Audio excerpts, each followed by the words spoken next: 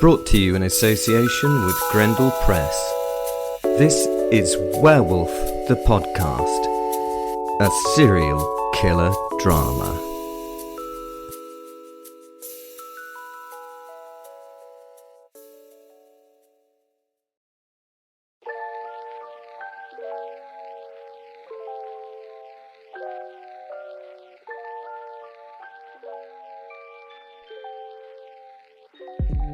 Hello, Werewolf the Podcast here, and we're going on holiday this week. So what I've done is I've taken some stories from the past that have not been released, and I've put them into a little threesome. Some of them are quite rude, and some of them are quite horrible. So hopefully you won't be too shocked by what you're about to hear. Thank you for all the support. Thanks for listening. Go down to the description, and if you're in Berlin, worry. I had my own workshop in my home. Would I call it a studio? Perhaps not. Perhaps so. Many installations were at different stages of, what would you say, work? Malcolm, my erstwhile assistant, and my much hunchbacked Igor, was very good at keeping them alive. I take those human beings from the world for my art supplies. It was often hard work, but we got to one point where we were only losing 1 in 5 works before completing the projects. The open room was full of moans, groans, and tears. Misery was my reward from all my wards. She was my favourite. She was the work that I looked forward to following the most. She'd been in the tank for 10 days. Her body was bloated from being constantly immersed in water at body temperature. Her feces and urine were collected securely and held separately from the tank's water. This was a wonderful piece of work. In this case, I was looking at the strength of the human form, not its fragility. Picasso said that art is not only found in creation, but also found in destruction. My art is, fundamentally that of destruction. The whole process was being filmed from many different angles around the tank. It would soon be ready for release when she, finally succumbed to the grueling procedure. The world would see my work and be in awe of what we'd done, and that she had played as big a part in it as myself. She was still alive, although her breathing and pulse rate were somewhat atypically fast. Maybe this had something to do with the pressure of the water on her vascular system. Her heart and lungs were working harder to pump the life-giving blood around her compressed body. Her head was held at the neck in a collar of boards. She hung from her neck under the surface of the massive tank of water bodily. She dangled naked and did not touch the glass of the container at any point. The skin had begun to break down as the immersion separated the cells of her flesh. Osmosis is a wonderful thing, especially when combined with fungus and bacteria. Those things that the world has brought to help these processes. There was beautiful evidence of her beginning to rot from the outside inward. The water had been sterile, but that was not the source of the infections. Her skin would already have had the germs and spores that attacked her flesh. She was rotting, but she was alive. Not much longer, I thought, before she would simply just fall apart, alive but dead. She was already beyond help. The pain must be beyond anything that I could imagine, and do you know what? I could imagine pain like no other. I kept her fed and hydrated by IV lines, as well as we could. She was not getting proper nutrition. The water that she gently floated in and lapped at the walls of the tank was maintained to match her body temperature so that she didn't die of hypothermia, although it had the side effects of producing the perfect set of parameters for the infections to grow and take hold. But this was necessary. I smiled as I climbed the steps next to the tank. I stopped frequently to look into the liquid that had been clean, pure water in there so that I could look at her face also and see if she was still actually lucid. When I saw that face, her eyes were closed, her lips cracked and dry. She'd never been a beauty, but now she was a bloated mess. I cupped her chin in my hand and lifted her face towards mine. I have to admit, the stench was somewhat ripe, and as she moved in response to my touch, the smell grew as the water was stirred. Eventually, with a little bit of shaking, she slowly fluttered her eyes open and looked at me. She was present in that moment, and I could see that she was in pain. She'd lost all hope. It was beautiful to see and share this experience with her. Death is amazing when you watch it slowly happen. Please help me, she asked. I am, I told her. I'm making you something that will never be seen again. Beautiful art. You will be in the public eye very soon. I want to show the world your journey and how you lived with your subjection to the process. Her eyes left mine and she looked down, a broken being. No more questions were forthcoming. I kissed her on the forehead, dropping her chin from my hand, and climbed down the steps to look upon the underwater scene before me again. She'd been a great sacrifice. I appreciated her supreme effort.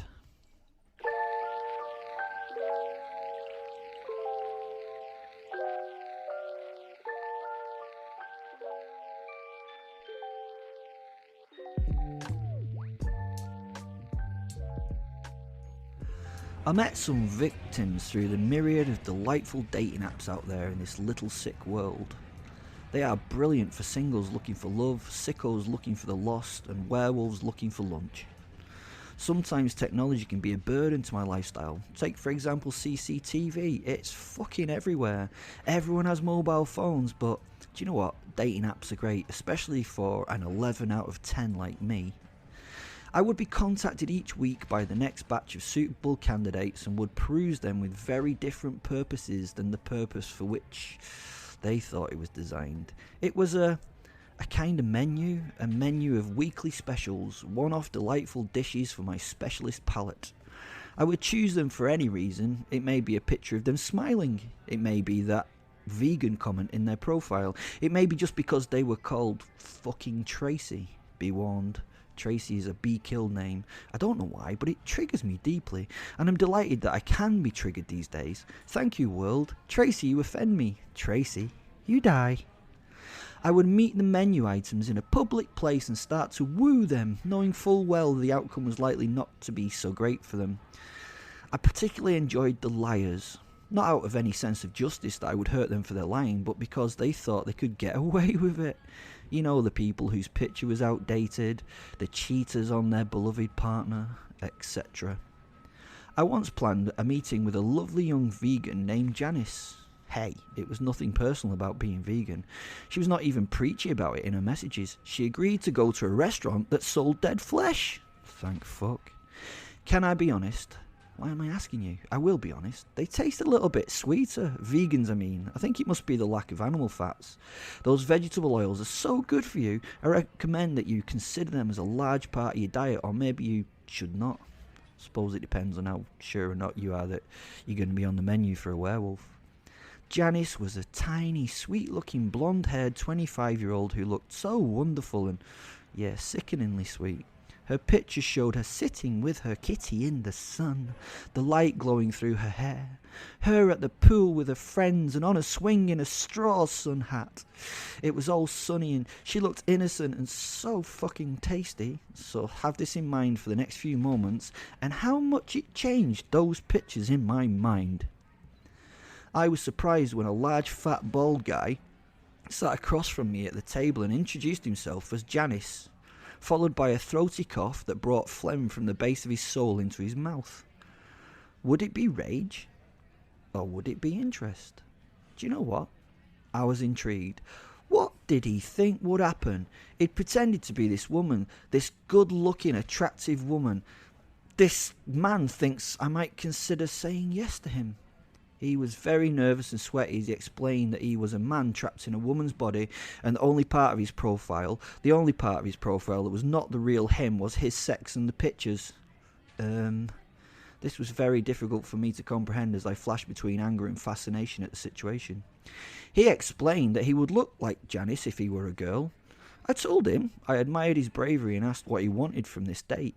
He said he wanted to be treated like the beautiful woman he was inside, no more, no less. He wanted to know what it would be like to be lovely Janice and be treated like she would during a dinner. So I did. I flirted and held his hand, looked into those puffy eyes and told him how they stood out, how they were the highlight of his face and shit like that. He loved it. The waitress who served us must have thought that we were madly in love and that she had learnt a lesson that all sorts of relationships work. I then, after a length of time, said I had to leave. It was enough now. I'd done a kind thing. I'd helped someone who needed it. You guys know, I'm not like that usually. And then he pushed it. Yeah, the usual line, he fucked up. Janice asked me if he could walk me out to the car park. At first I refused, but he got pretty pushy about it. The restaurant's patrons found it a little weird that we were arguing, so in order to stop the apparent interest, I agreed. So we did. At the car, this hulk of a man asked me if he could come home with me. I wondered why. He said he wanted to be held, to be made to feel safe. So I took him back to my house and I ate him.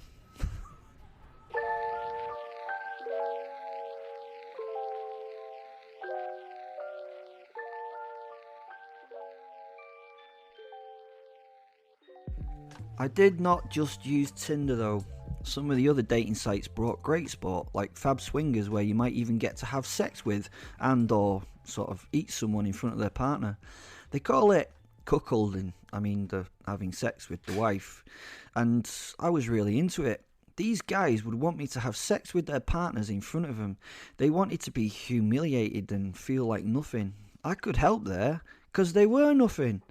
I often wondered how many of the wives just did it for the husband, or how many husbands just did it for their wives.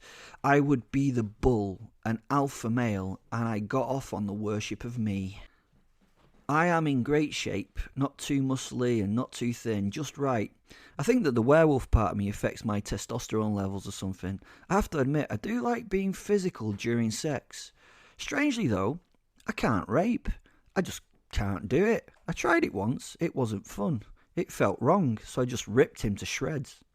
Anyways, I look great and I can see why people get pleasure looking at me. I would also give their partner the best time of their fucking life, honestly. You should die after having sex with me. Well, to be honest, they mostly do. I spend enough time on the foreplay to make it comfy, and then I go. I've got great stamina. I can run for 8 hours or more. It's not unknown for me to fuck them ragged. I often do this just fuck and just keep going until I get bored. Then it's my turn to play. My posit does not like this part of me. He says he can remember the little me and the fact that all my kills were good, clean fun. Enjoyable games without any sick twists. What a pile of absolute bollocks. He does not say that at all. He loves it. I'd been chatting to a couple called John and Andrea online. They were looking for a bull and wondered if I was up for it. I met them in a small cafe in town. We chatted briefly and then I was invited to their home that night. I loved the straightforward nature of these interactions. During the conversation, I got the dynamics of the relationship. He was really into men but couldn't admit it to himself. He had a hot wife for the look of things and she got her pleasure through this type of stuff and mainly his money. It all made sense. A little sad in some ways, but made sense in others. It worked for them, and who was I to tell them the truth and spoil it for them? Hey, they probably realised the truth themselves. That night, I parked outside their place. It was a big building on the outskirts of Edinburgh. John answered the door and I went in and got reintroduced to his wife. I took her hand and made for the stairs. But oh no, they wanted to get to know me in order to bond. So I sat down in their substantial Georgian dining room and was offered dinner. It was lamb chops. I love lamb, so I sat at the table while John talked to me and fussed over me, pontificating about something or something else while I paid little attention. His wife had been super hot. Don't get me wrong, she still simmered, but the picture on her profile had been a bad one. She was way hotter than it showed. We ate. I told them a lot of stories, a lot of lies. I knew quite quickly that I'd won them over and that I would be staying. I am a funny bastard with a dry sense of humour, and people say I am a beautiful soul and have a great charismatic quality. I'm not arrogant because it's true. Oh, and if they tried to get rid of me, I would have killed them in the kitchen. I already had a plan for employing the old waste disposal system they had. It would have been a fun half hour in itself. Then we got started. He walked up and suddenly hugged me and said, "You are my alpha. I am a beta. Please treat me as such." I, a little uncomfortably, patted him on the back in a hug. He held on for a little too long and I had to push him away, which was in fact what he wanted me to do, I think. I asked to shower before anything. I like to have a shower because I am hygienic. Unlike the popular literature, we werewolves can be clean, and we do enjoy a bath or a shower. When I got out of the shower, John was in the bathroom, which was strange, but it just seemed he wanted to be a total bitch for his fetish and wanted to serve my general needs. I decided that I was going to kill his wife right after he cleaned her up for me, right after the sex act had finished. It may be the ultimate thrill for him, dying after watching his wife shagged in front of him. He stood in front of me holding a towel and was almost cowering, so I pushed him to the floor with a backhand shove, removed the bathrobe that hid my glorious body, and went to the smell of Chanel. This lady was classy. This guy must be rich. I found her in the bedroom waiting for me, wrapped in a white lacy gown. She'd worked hard on the lighting and her makeup for the scenario. She was a MILF, pure MILF. Her eyes followed my entry from the door, and she looked super hot and was spread across the bed as if ready to be sacrificed to some godlike being. She asked me if I would like to play rough. Apparently that's how he liked it, the way he liked to watch it. I, for some reason, asked her if she actually liked it rough. A moment of compassion, maybe. No. I smiled as I stood before her and nodded as I reached forward and tore her nightgown off, dragging her slightly towards me with the strength of the movement. She gasped as she shed the material and turned to her hands and knees, purposefully displaying that hot body was. The personal trainer she had been fucking in her downtime had done an excellent job with her. A little on the low-fat side for me, but it would suffice. I moved forward and pushed her face down on the bed. No foreplay. "Where are the condoms?" I commanded. With difficulty, John looked at me and asked what seemed a weird question at the time, but now it makes sense. He said, "Can you ride her bear?" Bear, he asked. I didn't get why at first, but apparently some of these guys want their wives to get pregnant so they live a life of shame with their child that is never theirs. I didn't care. I only asked for one because it was a done thing these days because of diseases and such like. Luckily for me, I was immune to all human diseases. I'd never been ill as a kid. No, I tell lies. I'd had fleas once. That's a joke, by the way, a fucking werewolf joke. No fleas would land on me. They would know better. I grabbed her hips and lifted her into a kneeling position in front of me. I grabbed the back of her head, wrapping my hand in her hair, and drove her face downwards into the mattress with some force. She gasped out loud and sighed with pleasure at the rough nature of her treatment. John looked up, smiling with pleasure. He stood there holding himself, arms crossed across his body. She knelt now on the bed, her arse raised to me, her back arched and her chest pressed into the sheets. She looked amazing. I stood behind her, naked and fantastic, a Greek sculpture to be adored. I dragged her head back towards me, lifting her chin. I grabbed her with my free hand by the throat from behind and started squeezing. She moaned ecstatically once more. I continued with the rough treatment, lifting my grip to her chin and moving it up the front to her mouth. I was about to order her to spit into my palm when she just did. Okay, she'd been here before. I took the wet hand and forced her legs apart with my knee, wiping my hand over her sex, up and down. Again she gasped, her lips parting and her eyes closing. Glorious.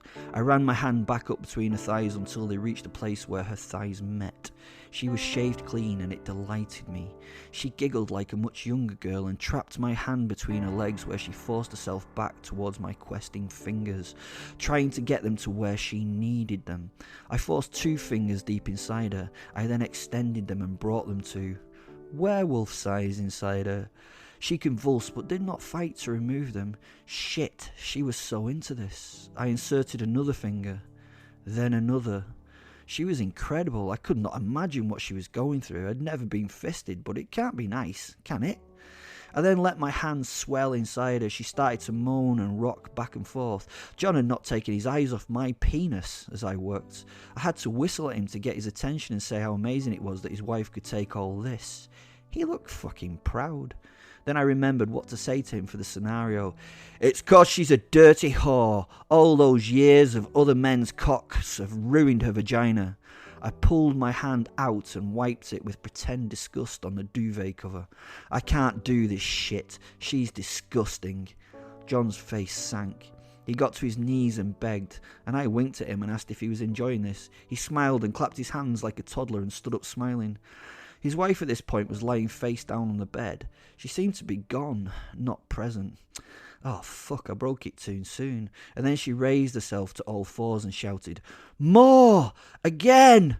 I stood behind her admiring the view. It was well groomed and the sphincter was bleached. She had style.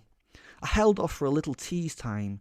She arched her back and pushed her bum towards me. It was intoxicating. I just wanted to bite. I ran my hands up the inside of her thighs once more as she wiggled. She moved hypnotically from side to side as I touched her. I then gave her a slap. It fired her forward onto her face, but she didn't protest. She just backed herself up again towards me. John was suddenly by my side with something in his hands. "Can you use this?" He had what looked like some kind of harness with handles. That would sit around her waist, wouldn't it? He asked if he could put it on her. I pushed him into the rear of his wife. He loved it. He attached the harness and gave me a wave to engage. So I took the gift. I grabbed onto the harness and pulled myself into her. She yelled and rocked back, pushing hard against me. For a human woman, she was pretty healthy.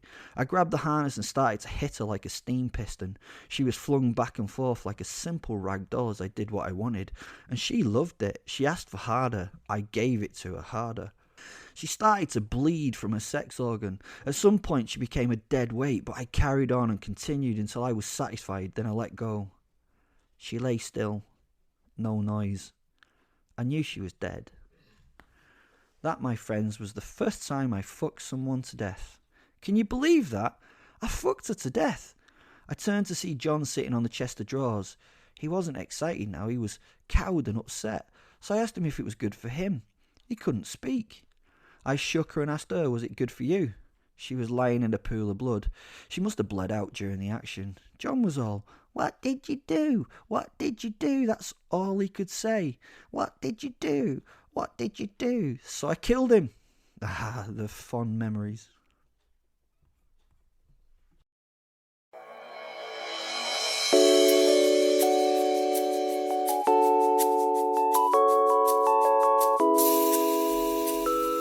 Brought to you in association with Grendel Press. This is Werewolf the Podcast, a serial killer drama.